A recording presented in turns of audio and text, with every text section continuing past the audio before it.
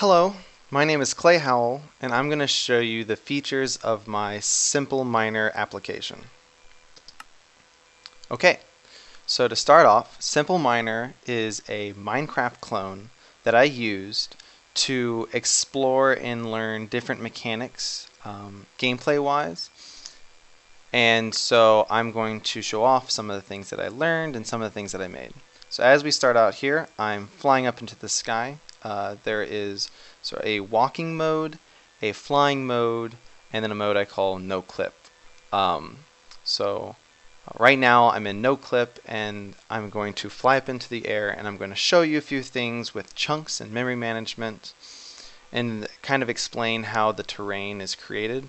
And then I'm going to go back down to the ground and show you a little bit more of the intricacies of the blocks building and digging and a little bit of the shadows. So anyways, as you can see here, the world is not infinite in all directions whenever you're just looking around, but as you move forward in a direction, the world spawns in before you. And then if you look behind yourself, as you move, the world goes away. And so I am generating all the sort of chunks, these blocks of map in a determined radius around myself. And that is because I can't have the entire map loaded at the same time, or I would probably run out of memory.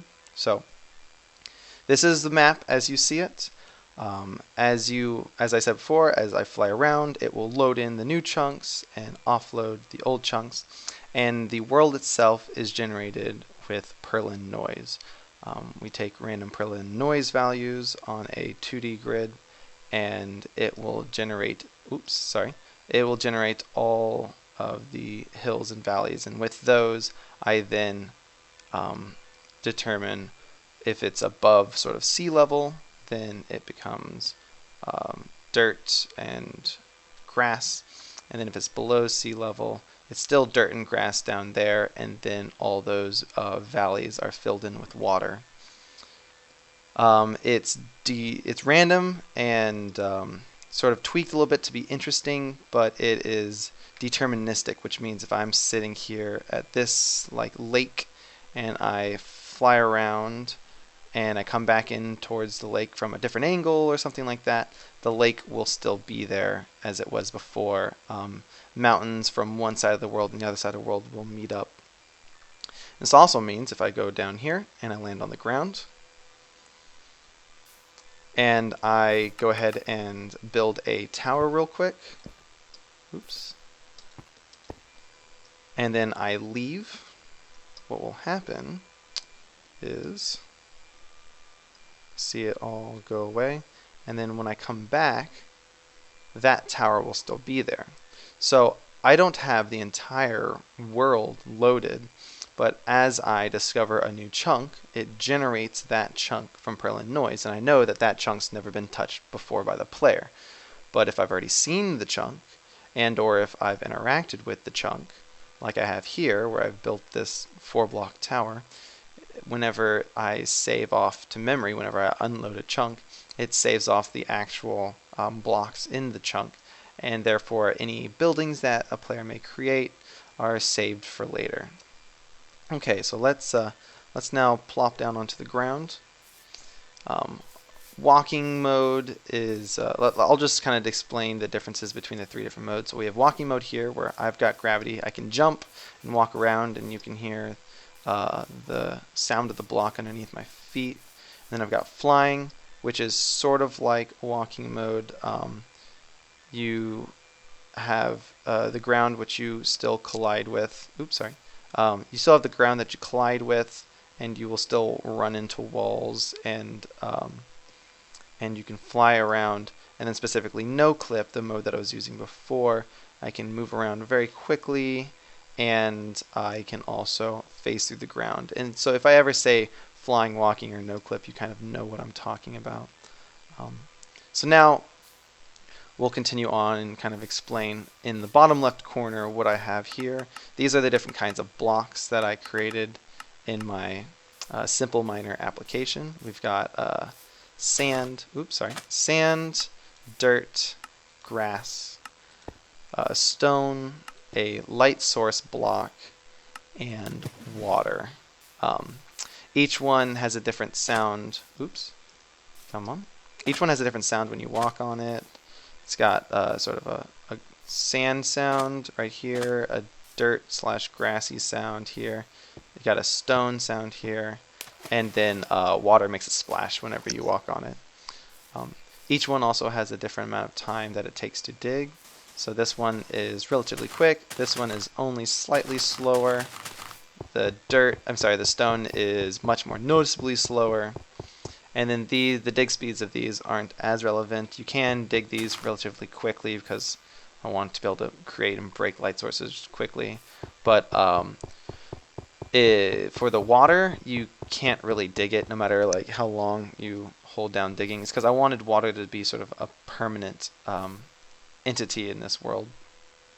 As you can kind of see here, I have a cursor. Wherever I look, I am selecting that block up to a certain distance away. If I look too far away, it doesn't select it anymore. But I think about up to 8 blocks away. If I'm looking at a block, it'll select that block. And then I also do a raycast and find out which face of the block that I am selecting, which face I'm looking at. So that way the game knows that if I were to place on a block, it places it on the face that I am currently highlighting, as you can see there. So then I can also show off the lighting. So right now everything you see is fully lit, and that is because in sort of the primitive lighting that I created, the sky drops light down in basically just straight columns. So if I were to dig straight down, the light would still be full light on all these sort of like empty air tiles that be completely lit. So if I keep digging down and then I start digging across, the next tile across from me, let me go into no clip real quick so I can phase through and do this. The next tile would be slightly less lit. Now you can't really tell until you get fairly deep in the ground and you'll see, oh, okay, yeah, I can see the blocks starting to get darker and darker and darker. And so now you can kind of see a gradient of light. There are 16 different light values. And so everything that touches a skylight straight down in a column will all have fully lit air volumes.